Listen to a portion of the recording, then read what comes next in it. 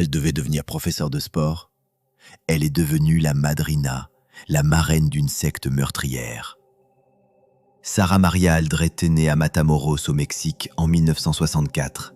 C'est une élève brillante, sérieuse, passionnée par l'éducation physique. Elle suit ses cours dans le Texas, rêve de devenir enseignante. Rien ne la destine à la violence.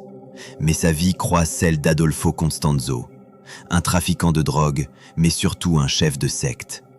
Derrière son apparence de diseur de bonne aventure, il pratique un culte occulte, mélange de santeria, de croyances aztèques et de palo mayombe. Constanzo lui donne un surnom, la madrina, la marraine. À ses côtés, Sara bascule dans un monde de terreur. Elle devient son bras droit, sa numéro 2, la surveillante des disciples. Les rituels se tiennent dans un vieil entrepôt près de Matamoros. On y pratique des sacrifices humains. Victime choisie parmi les trafiquants de drogue, parfois au hasard. Constanzo et ses fidèles mutilent les corps. Organes, eau, sang, tout est utilisé dans une marmite noire, la Nganga, censée donner pouvoir et protection au cartel.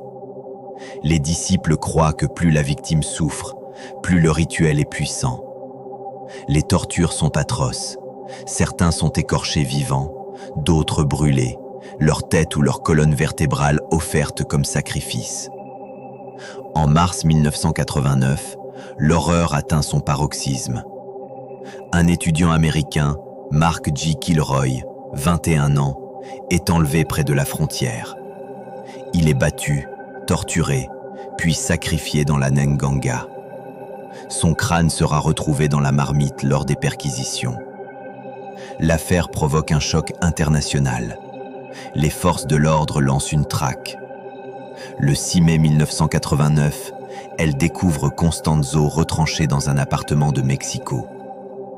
Quand la police donne l'assaut, il ordonne à un disciple de le tuer pour éviter la capture. Son corps est retrouvé criblé de balles.